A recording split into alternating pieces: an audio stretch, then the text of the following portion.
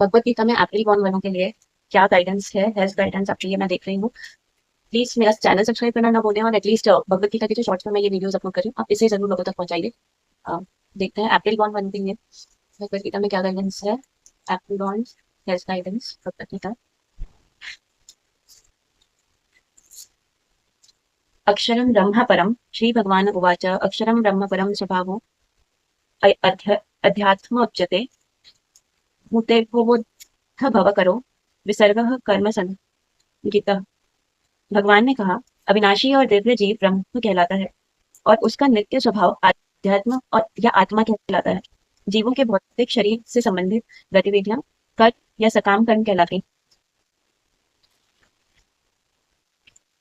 अधिभूतम शरो भावः पुरुषश्चाधिदैवतम् अधियत्यो अहमेवास्म देहे देहितां वर। हे देवधारियों में श्रेष्ठ निरंतर परिवर्तनशील यह भौतिक प्रकृति अधि भौतिक अभिव्यक्ति कहलाती है। भगवान का विराट रूप जिसमें सूर्य तथा चंद्र जैसे समस्त देवता सम्मिलित हैं अधिदैव कहलाते हैं तथा प्रत्येक देहधारी के हृदय में परमात्मा स्थित मैं परमेश्वर अधियज्ञ कहलाता हूँ।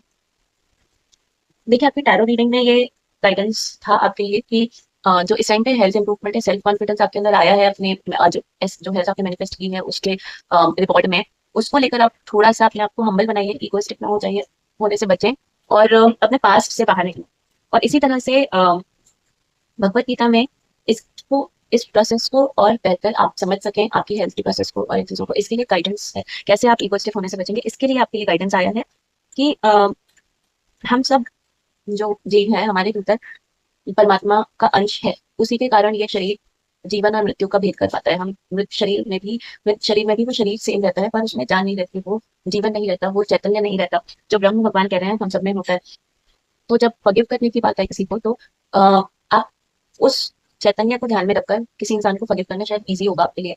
उसी तरह से उस चैतन्य को ध्यान में रखिए कि ये पूरी प्रोसेस कि आपको अगर किसी ने मैनिपुलेट किया या कोई डिसअपॉइंटमेंट हुई और उससे मोटिवेट होकर आप ये अपनी हेल्थ और फिटनेस की तरफ आगे बढ़े और उसके बाद अब you are feeling much better in your health. तो ये पूरी एक प्रोसेस जो है ये कहीं ना कहीं एक पूरी प्रोसेस एक दूसरे से कनेक्टेड है।